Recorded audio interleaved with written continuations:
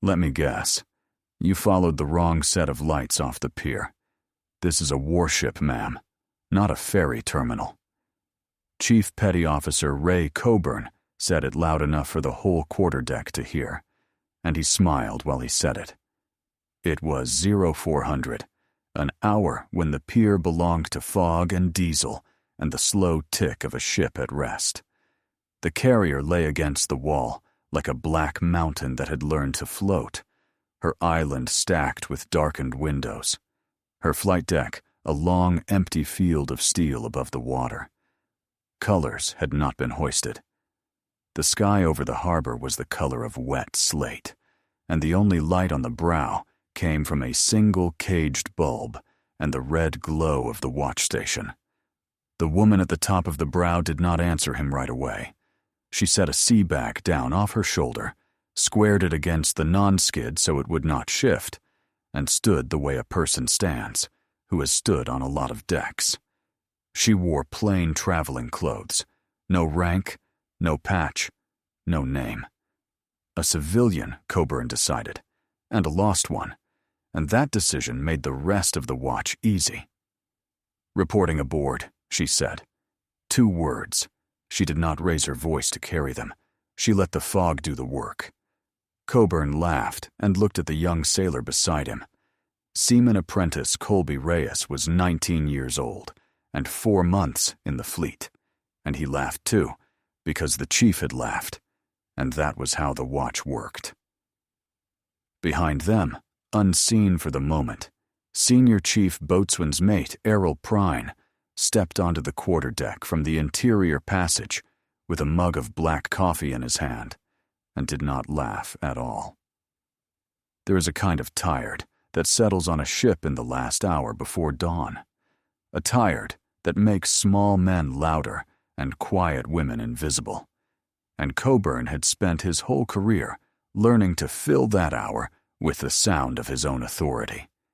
He was 36 years old, 12 years a sailor, a chief for 2 of them, and he had decided somewhere along the way that the anchors on his collar were not a responsibility, but a permission, a license to make the deck bend around him. On a good watch, with a good crew, that kind of chief gets sanded down by the people around him until he is bearable. On the mid-watch, in the fog, with a relief crew too tired to push back, he grows. The woman was not looking at Coburn. Her eyes moved along the ship, up the catwalk to the sponson, across to the sound-powered phone talker slouched against the rail, down the length of the pier to where the mooring lines ran taut and dark into the water. She read the ship the way other people read a room, and what she read did not comfort her, though her face gave none of that away. "You got orders?" Coburn asked. He put a hand flat on the podium log, blocking it, as if the book were a door and he were the lock. "A command? A rate? Or did you just wander up here to see the boat?" "Orders," she said. "Orders." He drew the word out and enjoyed it. He did not read the identification she offered.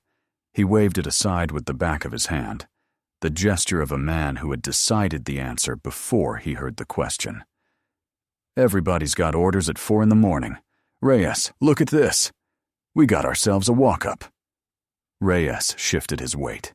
He was young, but he was not stupid, and something about the stillness of the woman was starting to bother him in a way he could not name. He glanced at the identification in her hand. He did not get to read it. Coburn was already talking again. "She said something about the air wing," Reyes offered, quiet, almost to himself. It was the wrong thing to say, or the right thing, depending on where a person stood in the story. Coburn's face lit with the particular joy of a man handed a target. "Oh," he said. "She flies. Of course she flies. Everybody who gets lost on my quarterdeck flies." He spread his arms to the fog and the empty deck and the harbor. "Welcome aboard, aviator. Try not to touch anything." The woman's eyes came off the mooring lines and settled, for the first time, on the darkened flight deck above them.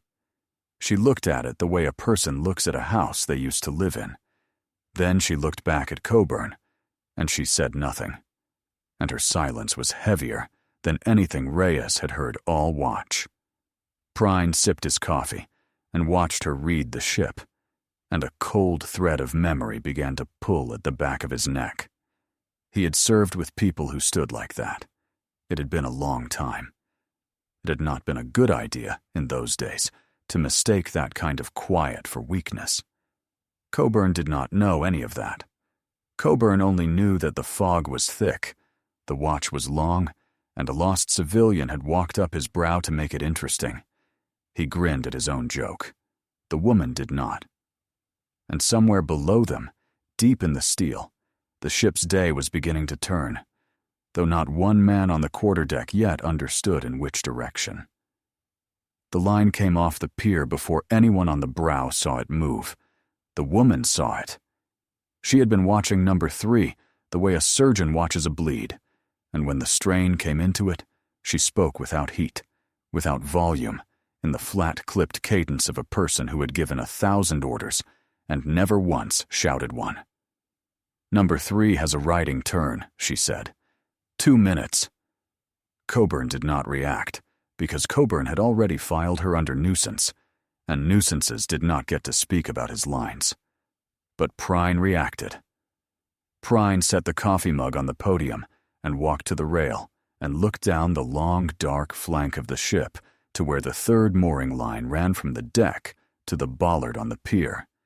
And he saw the riding turn, the loop of line fouled over itself under load, tightening, the kind of small wrong thing that in 2 minutes became a parted line and a whip of steel cable that could cut a man in half. "She's right," Prine said. His voice changed the air on the quarterdeck. "Ease 3. Now, get line handlers on it." The phone talker came off the rail fast and passed the word. Feet moved on the pier below. The riding turn eased out under the lights, and number 3 settled, and the danger went back into the water where it had come from, and none of it would have happened if a lost civilian had not read the ship better than the watch that stood it. There was a science to what she had done, though it looked like nothing. A riding turn is a small betrayal of geometry, a line that has rolled over itself under load, so the strain no longer runs true, and it announces itself, if a person knows how to look, in the exact angle a line takes as it leaves the deck edge. She had read that angle from 40 feet away in bad light, while a chief made jokes about ferry terminals. She had learned to read angles like that in a place where a misread one killed people, and the reading had never left her, the way a first language never leaves the mouth that learned it young. The line handlers below secured number 3 and reported it up, and the phone talker passed the word, and for a moment, the quarterdeck held the particular silence of a near miss, the silence of men who have just been shown a danger they did not see and do not want to think about too hard. Coburn covered the moment the way small men cover moments. He made it about her. "Lucky guess," he said. "Lucky guess doesn't make you Navy, ma'am." "No," she agreed. "It doesn't." She was not looking at the line anymore. Her eyes had already moved on, the way they had moved all watch, restless and exact, and now they rested on the identification pedestal at the head of the brow, the scanner dark, the second lane unmanned, the whole access control of a nuclear warship run by one chief who would rather make jokes than check a card. She saw it. She catalogued it. She said nothing about it yet. Prine saw her see it. He came back from the rail and stood a little closer to her than a senior chief stands to a stranger, and he studied her face, the economy of it, the way she spent no motion she did not need. He had a question forming, and he did not like where it led. Coburn, stung, reached for authority the way he always did, downward. "Reyes," he said, "escort the tourist off the brow. She's had her look at the boat." Reyes did not move. He looked at the woman. He looked at Prine. The order hung in the fog and did not land, and Coburn felt it not land, and his face went a shade harder. "Seaman Reyes," Coburn said. "That was an order." "Belay that," Prine said quietly. Not loud. He did not need loud. Nobody's escorting anybody yet. For a moment, the two senior men stood in the small red light of the watch station and measured each other, and the woman stood between them with her sea bag squared on the deck and her eyes on the darkened flight deck she had once, in another life, owned a piece of. She had not moved a single foot closer to leaving. She was not going to. She was memorizing the watch bill, the names and the times, the way a person memorizes terrain before they cross it. Coburn broke the silence the only way he knew how. He turned it into theater. But Prine kept watching her, and the cold thread at the back of his neck pulled tighter, because he had just realized something about the way she had called that line. She had not called it like a sailor who noticed a problem. She had called it like a commander who had already decided the problem was hers to fix, and had been generous enough to let the watch fix it first. The woman met his eyes for half a second. Something passed there that Coburn would never have the tools to read. Then she looked away, back to the ship, and let the chief have his stage. The stage was the only thing Coburn truly loved. "Make a hole," he announced to the arriving mid-watch relief as they came up the brow-rubbing sleep from their faces. "Admiral on deck." He said it with a sweep of his arm at the woman, and a couple of the tired sailors laughed because it was 4 a.m, and a laugh was cheaper than thinking. "She flies. She fixes lines. She probably parked a jet on the pier and walked up to complain about the parking." The relief watch was 6 sailors, tired and cold, and they took the nickname because it was handed to them by the senior man on the deck, and because taking it was easier than the alternative, which was to look at the still woman by the podium and ask themselves the question Reyes had already started to ask. That is how a bad watch is built. Not out of cruelty, most of the time. Out of the small daily arithmetic of following the loudest voice, because following it costs nothing, and questioning it costs everything. The nickname stuck the way cruel nicknames stick, fast and greasy. The Admiral. It went down the brow and back up it. The woman wore it without a flicker. She had no ring for them to twist, no watch face turned outward to catch the light, nothing on her at all that a person could grab and mock, and the absence of those things unsettled Coburn more than any jewelry would have. There was nothing of her to get a grip on. She was sterile. She was squared away in a manner that had nothing to do with a uniform, because she was not wearing one.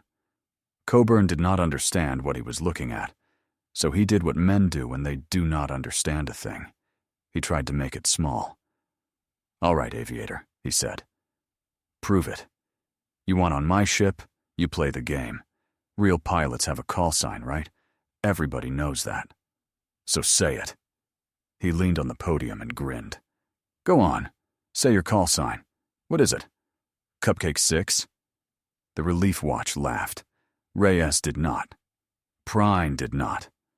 The woman looked at Coburn for a long moment, and the fog moved between them, and when she answered, she used one word. "No."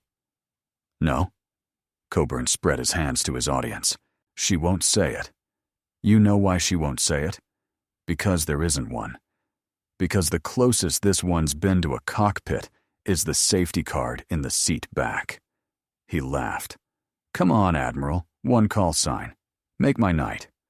"No," she said again. She did not say it like a woman refusing a dare. She said it like a woman closing a door she had decided he was not allowed through. And the difference was total, and Coburn missed it entirely, and Prine did not miss it at all. Instead of speaking, the woman took the quarterdeck log with her eyes, the open page, the time in the corner, and she read the watch bill posted beside the podium, the names, the rates, the reliefs. She did not write anything down. She did not need to. She was building a record in the only place that could not be shredded, and she was building it without a single degree of heat. And that patience was the most frightening thing about her, though only one man on the brow was old enough to be frightened by it. If you have ever watched someone with a little authority mistake a quiet person for a weak one, and felt the whole thing tilt toward a reckoning you could not wait to see, then stay with this one to the end, and take a second to subscribe to Honor Tales before you go, because the reckoning on this brow is going to be worth the wait. Coburn laughed again, pleased with himself. Sure he had won. The woman forgot nothing. And the fog began, very slightly, to thin. It was not enough for Coburn to win. Men like Coburn never feel the win. They only feel the next thing they can take, and the next thing on the brow was the small laminated card still in the woman's hand. "Give me that," he said, and he took her identification out of her fingers before she offered it. He held it up to the caged bulb, made a show of frowning at it, and did not truly read it. Then he opened the drawer under the podium, the one that held the flashlight and the spare batteries and the log pens, and he dropped the card inside and slid it shut. "This stays with me," Coburn said, "until I decide you're real." It was a real procedure twisted into a weapon. A watch could hold a questionable credential pending verification. A watch could detain an unauthorized person at the barrier. Coburn knew the words for what he was doing, and the words made him feel covered. And covered. Men are the most dangerous kind, because they have stopped asking whether they are right. "Log her," he told Reyes. "Unescorted civilian. Possible imposter claiming to be aircrew. Held at the brow pending the duty officer." Reyes's pen hovered over the page. "Chief," he said. She had orders in her hand. "She had a card," Coburn said. "Log it." Reyes logged it. His handwriting was not steady. On paper, in the space of 90 seconds, the woman's status had gone from a stranger reporting aboard to a detained imposter. And the paper would say so in the morning, and paper had a way of becoming true simply by existing. This is the part that the loud men never understand, about the quiet ones. Coburn thought the danger in the woman was that she might complain, might raise her voice, might make a scene he could then use against her, because a scene was a thing he knew how to win. The danger in her was the opposite. She made no scene at all. She let him write the false entry. She let him log the words. She let the record grow, sentence by sentence, in his own watch's hand, because she had learned somewhere that the strongest case is the one the other man builds against himself while you stand still and let him. She did not need to fight the paper. She only needed to survive until morning with the paper intact, and then the paper would belong to her. The woman watched her own identification disappear into a drawer and did not reach for it. She did not argue. Arguing would have been motion, and she spent no motion she did not need. Her eyes had already left the drawer and found the interior passage, the ladder well beyond it, the place in the ship where a command duty officer would be sleeping in a small stateroom with his boots by the rack, and she measured the distance to him the way she had measured everything else all night. Prine had seen enough. He took Coburn by the elbow and walked him 3 steps toward the rail, out of the sailor's hearing, and he dropped his voice to the register men use when they are trying to save someone from themselves. "Ray," he said, "walk this back." "Walk what back?" "The card. The log entry. All of it. Put the card on the podium, log her a courtesy. Wait for the duty officer like a professional." Prine's jaw was tight. "You don't know who that is." "I know exactly what she is," Coburn said. "A time-waster in nice shoes who wants me to think she's somebody so she can get a peek at a carrier and tell her friends. I've seen 100 of them." He pulled his elbow free. "You're getting soft, Senior. It's a card in a drawer. Relax." Prine looked past him at the woman, who stood in the red light with her sea bag squared and her eyes on the interior passage, patient as weather, and he felt the cold thread at his neck become a certainty he could not yet prove. "You put a hand on the wrong person tonight," Prine said, low, "and no rate on this waterfront is going to save you. That's not soft. That's 26 years.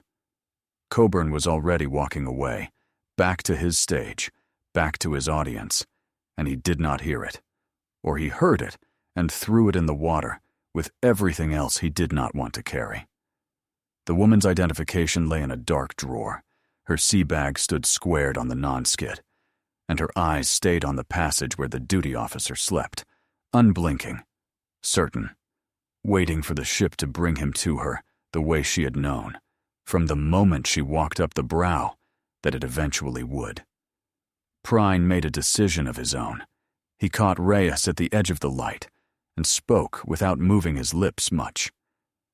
"Go wake the command duty officer," he said. "Commander Keller. Tell him to come to the quarterdeck. Tell him now." Reyes swallowed. "What do I tell him it's about?" Prine looked at the woman one more time, at the stillness, at the way she owned the deck without touching it. "Tell him," Prine said slowly, "that the chief of the watch is holding somebody at the brow, and I think we've made a mistake we can't take back." Reyes looked at him, and then at the woman, and then back, and something in the boy's face changed, the way a young sailor's face changes the first time he understands that the senior man he has been following all night might be leading him off a cliff. He did not argue. He did not laugh. He turned and went down the interior ladder at something faster than a walk, and the sound of his boots faded into the steel, and for the first time all watch the quarterdeck was quiet enough to hear the harbor moving against the hull. Prine stayed by the woman. He did not try to fill the quiet. He had learned, over 26 years, that the quiet is where the truth of a person lives, and he wanted to stand in hers a moment longer before the ship came up around them, and the moment was gone. She read the pier and the catwalks and the slow gray edge of the coming light, and he read her, and neither of them said a word, and it was the most honest conversation on the brow all night. Prine had served 26 years, and in 26 years, a man learns to read the sea and the people who work it, and what he read in the woman on his quarterdeck was making the coffee go cold in his stomach. He came and stood near her, closer than protocol, and he spoke quietly, under the noise of Coburn's ongoing theater, so that the words were only for her. "You've done this before," Prine said. "Stood at a rail like it was yours. Once or twice," she said. Two words again, and in them a whole career he could hear but not see. He studied the eye discipline, the constant reading of sightlines, the way she had clocked the unmanned lane and the dark scanner and the fouled line before any of his watch. He knew that habit. It did not come from flying exactly, though flying might be part of it. It came from a life where reading the ground first was the difference between coming home and not. The plan of the day, Prine said, half to himself. He had read it at the change of the watch and skimmed past the line the way a man skims past a thing that has nothing to do with his night. Now the line came back to him whole. The incoming commander of the carrier air wing reports aboard this week. Arrival window open. Travel itinerary not fixed. He looked at the drawer with her card in it. He looked at the plain traveling clothes, at the sea bag squared on the deck, at a senior officer's habit of moving quietly and alone, of not announcing herself, of letting a watch reveal its true character before she ever showed them hers. He understood then. Not the details.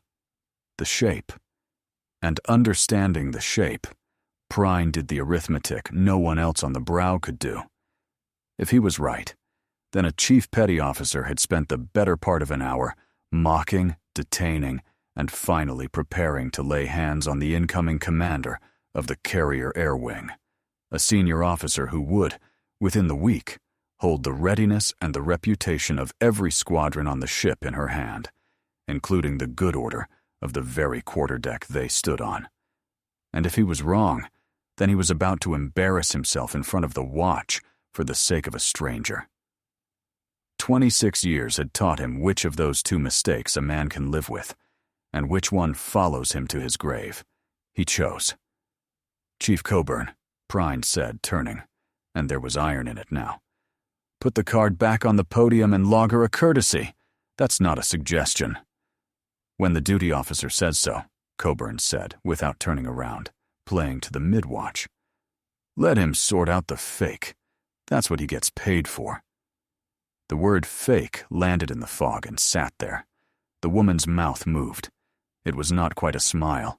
It was the first bend of one, the ghost of an expression that had frightened better men than Coburn on darker nights than this. And then it was gone. Reyes came back up the interior ladder fast, breathing hard, and behind him, still buttoning the collar of his working uniform, came Commander Adrian Keller, 43 years old, command duty officer, a man who had been asleep 90 seconds ago and now had the particular alertness of an officer who has been told a sentence he did not like. "Senior Chief," Keller said, "what have we got?" Prine opened his mouth to answer, and Coburn cut him off, because Coburn saw a superior officer arrive and mistook it, catastrophically, for the arrival of his own vindication. "Sir, we've got an unauthorized civilian claiming to be aircrew," Coburn said, brisk, official, hooking his thumb at the woman. "No verified orders, refuses to identify her unit. I've got her held at the barrier pending your call. She won't even give a call sign. Watch her weasel out of it, sir. Watch." Keller looked at the woman. The woman looked at Keller. Neither of them said anything, and in the silence Prine felt the whole quarterdeck balanced on the edge of something, tilting, about to go. Have you ever watched a man saw at the last board holding up the floor he's standing on, so sure of the tool in his hand that he never looks down? Stay with this brow one more minute, and if this channel has ever made a night go faster, subscribe to Honor Tales so the next one finds you too, because the floor is about to go. The woman took one step toward the podium to retrieve what was hers, and Coburn, still performing, still certain, reached out and stopped her. 15 years before that fog, and 8,000 miles from it, a two-seat strike fighter went down at night over a black strait. And the thing that happened next is the reason a woman was standing on that brow at all. She was 31 years old then. She flew off a carrier much like the one at the pier, and on the night the story turns on, a crew went into the water inside a ring of threat that made every rulebook answer say, "Leave them." A combat rescue helicopter launched anyway, slow and low and blind, and somebody had to hold the sky open above it long enough for it to cross, and that somebody was her and her wingman, Lieutenant Sean Marlowe, call sign not yet legend, 2 aircraft against a night that did not want them there. 800 feet over black water. 9 minutes of fuel she did not have. She held the sky open anyway. There is no clean way to tell this part, so the narrator will tell it plainly. To hold the sky, one of the 2 jets had to fly the harder arc, the exposed one, the one that drew the danger onto itself so the helicopter and the crew in the water could live. There was not a long conversation about who would fly it. There rarely is. Marlowe took the arc. He flew it the way he flew everything, all in, no hedge, and he bought the rescue the seconds it needed, and the helicopter crossed the water with 2 living souls aboard. The helicopter crossed. Sean did not. That is the whole trade, and she has paid it every night since. There is a version of that night that lives in official records, all coordinates and timestamps and after-action language, the kind of prose that turns a death into a data point. And there is the version that lives behind her eyes, which has no coordinates in it at all, only the sound of Marlowe's voice on the radio in the last 30 seconds. Calm, professional, telling her to press, telling her the crew in the water was worth it, telling her he had the Ark so she did not have to take it. He made the choice for both of them so that only one of them would have to carry it. That was the last gift he gave her, and it was the cruelest, because he handed her the whole weight of surviving, and then he was gone before she could refuse it. She flew home alone with the fuel gauge under the peg, and she landed in weather that should not have allowed a landing, and she climbed out of the cockpit and did not speak to anyone for a long time. In the ready room, in the gray hours after, the squadron watched the tape of what she had done, the arcs, the timing, the impossible arithmetic of it, the way she had spent everything and kept just enough to bring one aircraft back. And a voice in the back of the room, an old chief who had seen every kind of aircrew there is, said the word that stuck. Valkyrie. In the old stories, the one who rides above the field and decides who is carried off it, who lives, who is borne home. It was not a joke, not to anyone who was in that room, not to the crew who came out of the water, not to the family who got a folded flag with Sean Marlowe's name on it, and a woman who flew across the country to stand in their living room and tell them, without excuse, exactly what the trait had been. In the 15 years since, she had learned every wrong way to carry a name like that, and discarded them one by one.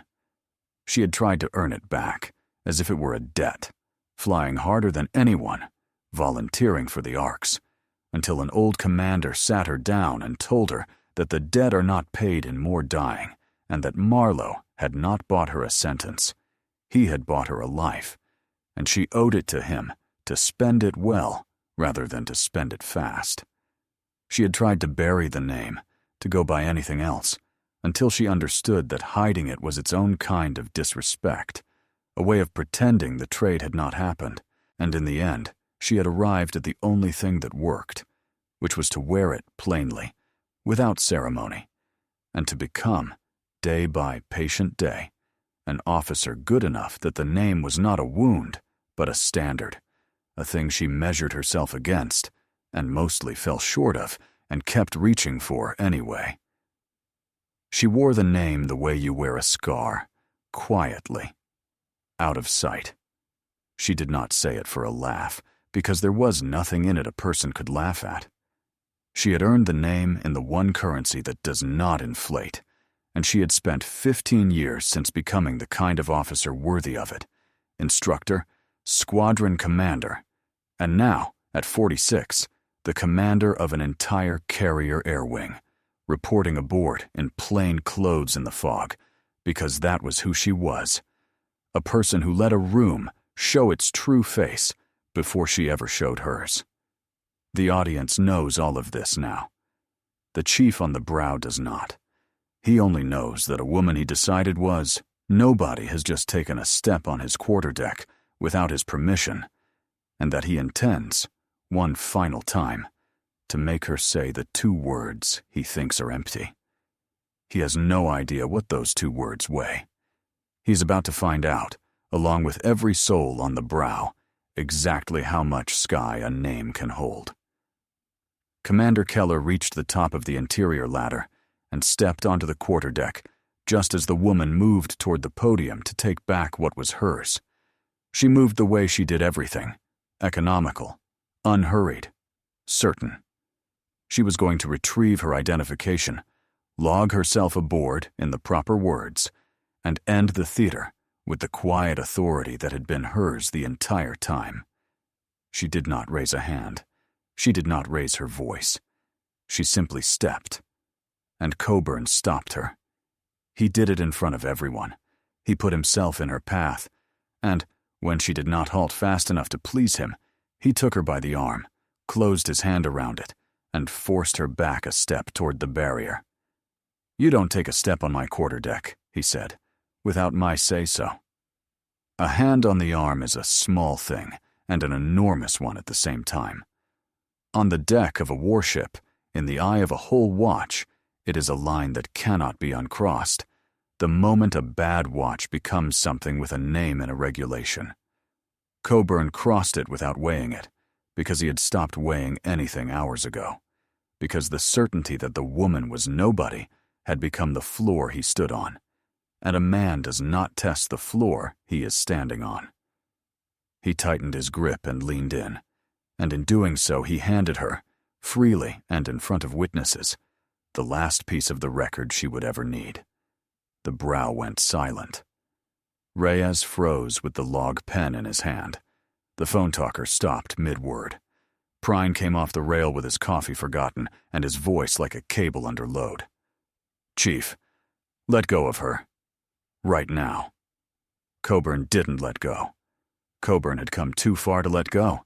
He had built a whole night on the certainty that this woman was nobody, and to release her arm now was to admit he had been wrong from the first word, and men like Coburn will break a thing rather than admit that. So he held on. He held a senior officer by the arm on the quarterdeck of a warship in front of witnesses, and he leaned in, and he demanded it one more time. Sure, it was the winning move. "Last chance," Coburn said. "Say your call sign." The woman looked down at the hand on her arm. Then she looked up at his face, and she smiled at him, the first true smile of the whole watch. And it was not warmth, and it was not fear, and it was not anything Coburn had the tools to read. It was the sky going flat and silver in the last seconds before the weather arrives, the moment the wind dies and the water goes glassy, and everyone who knows the sea starts running for shelter. "Valkyrie," she said. 2 words. Flat. No heat. She gave them to him the way she had given the fouled line, precise and quiet, a fact laid on the deck between them. For a heartbeat nothing happened, because Coburn's mind refused the shape of it. And then it happened everywhere at once. Commander Keller stopped on the top step as if he had walked into glass. He had heard that call sign his entire career. Every aviator of his generation had. The straight, the rescue, the wingman who did not come home. The name was in the walls of every ready room he had ever stood in. A story told to new pilots to show them what the job could ask and what a person could pay. He looked at the plain traveling clothes, at the sea bag squared on the non-skid, at the identification card sitting in a watch drawer where a chief had thrown it, and at the line in the plan of the day he had read at the change of the watch, and the whole picture assembled itself in his mind in one cold rush. "Chief," Keller said, and his voice carried the length of the brow without rising at all. "Take your hand off the air wing, Commander." He said the last 4 words slowly, one at a time, so that there could be no misunderstanding of them, so that every sailor on the brow heard each one land. The air wing commander, the officer who would command every aircraft and every aircrew the ship carried to sea. The name in the plan of the day. The reason the whole ship had been quietly making ready. Not a lost civilian, not a tourist, not the admiral said as a joke. The commander of the carrier air wing, standing on the brow in plain clothes with her credential in a drawer and a chief's hand on her arm. The words moved through the quarterdeck like current through water. Prine came to attention first, because Prine had already known, and his coming to attention pulled the phone talker up straight, and the phone talker pulled the mid-watch relief, and Rhea set the pen down and stood the way he had been taught to stand, and had not stood all night. One by one, without an order given, the whole watch came to attention on the fog-wet steel, and then no one moved. No one on the quarterdeck moved. The joke had a rank now, and it outranked every man on the brow. Coburn's hand opened by itself. His face went through it in order, the way a face does when the floor leaves. Confusion first, the refusal, the "this cannot be." Then disbelief, the search for another explanation, any other one. Then recognition, the terrible arrival of the truth, the plain clothes, and the squared bag, and the quiet, and the two words snapping together into a single unbearable fact. And last, horror, pure and total, as he understood not only who she was, but everything he had said and done to her since 0400, out loud, on the record, in front of witnesses, with his hand on her arm. The woman took her arm back, unhurried. She looked at him with the eyes that had read the whole ship all night, the sight lines and the sponsons and the fouled line and the unmanned lane. And now, at last, those eyes rested on him, and there was nowhere on the brow for him to go. "Captain Naomi Sinclair," she said, still quiet. "Commander, Carrier Air Wing. I believe you have my identification in that drawer, Chief." Coburn's mouth opened. Nothing came out of it. Above them, the first gray light found the edge of the flight deck, and the fog began, at last, to lift. Captain Naomi Sinclair opened the drawer herself. She did it without drama, the way she had done everything, reaching past the flashlight and the spare batteries, and taking out the small laminated card Coburn had thrown in there an hour before. She looked at it once, slid it into her pocket, and picked up the quarterdeck log. She read the entry Reyes had written under Coburn's order, the words "unescorted civilian," "possible imposter," held at the brow, and she read them without expression. And then she took the pen and, in the exact, clipped phraseology of a person who had signed 1,000 logs, entered herself aboard properly, by name and rank and billet and time, so that the record would carry the truth alongside the lie, and the whole of it would survive the morning. Then she turned to Coburn. He was standing at attention, which was the only thing left to him, and he was waiting for the thing he was sure was coming. The arrest, the master-at-arms, the phone call that ended a career, the court that men like him had learned to fear more than the sea. He had done enough to earn it. Everyone on the brow knew he had done enough to earn it. Prine had gone still, braced for it. Reyes could not look up. Sinclair did not give it to him. "Look at me, Chief," she said. Coburn looked at her. "You held a fouled line report as an insult," she said. "You threw an officer's credential in a drawer. You logged a false entry. You put your hand on me." She let each one land, flat, without heat, the way she had said everything all night. "Any one of those I could end you for. All four, I could end you and be thanked for it." The brow waited. "I'm not going to." The word moved through the watch like a second current, and Prine's head came up, and Reyes finally looked, and Coburn stared at her as if she had spoken a language he did not have. "A court-martial would take you off this ship and make you someone else's problem, and you'd spend the rest of your life telling the story so it was somebody else's fault," Sinclair said. "That's too easy, and it fixes nothing, and it costs the Navy a chief it already paid 12 years to make. So here's what is going to happen instead." She stepped closer, and her voice did not rise, and somehow that made it land harder. "You are going to stay on this quarterdeck. You are going to keep your watch, and you are going to run the finest quarterdeck on this entire waterfront, every single watch, without exception, because I will be aboard this ship, and I will be watching this brow, and I will know. That is the whole punishment, Chief. You are going to become the sailor you spent all night pretending to be. If you have ever wanted to see power used the way it is supposed to be used, not to crush a small man, but to make him larger than he had the courage to be on his own, then this is the moment, and it is the reason this channel exists. So subscribe to Honor Tales and stay for the last of it, because the mercy is the point." Coburn's face broke in a different way than horror.